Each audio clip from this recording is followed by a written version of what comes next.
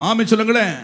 அதுதான் தாவீதை குறித்து வேதத்தில் வாசிக்கும் பொழுது 1 நாளாகமத்தின் புஸ்தகம் 22ஆம் அதிகாரம் நினைக்கிறேன், 22:18 வாசிப்போமா?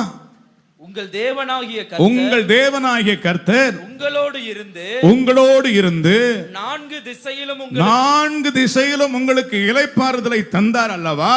தேசத்தின் குடிகளை என் கையில் ஒப்பு கொடுத்தார்.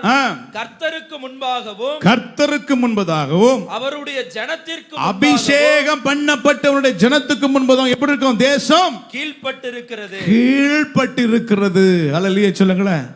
அபிஷேகம் மேல பலமாக இருந்தா, யோசேப்பின் மேல் கர்த்தருடைய ஆவியானவர் இருந்தா, யோசேப்பு ஆமென் சொல்லுங்களேன். பார்வோன் சொல்ற தேவ ஆவியை பெற்ற இந்த மனுஷன் ஆமென் சொல்லுங்களேன், அவன் மேல அபிஷேகம் இருந்தபோது அவனுக்கு முன்பதா எகிப்து தேசம் சாஷ்டாங்கமாய் விழுந்து அவனை பணிந்து கொண்டது.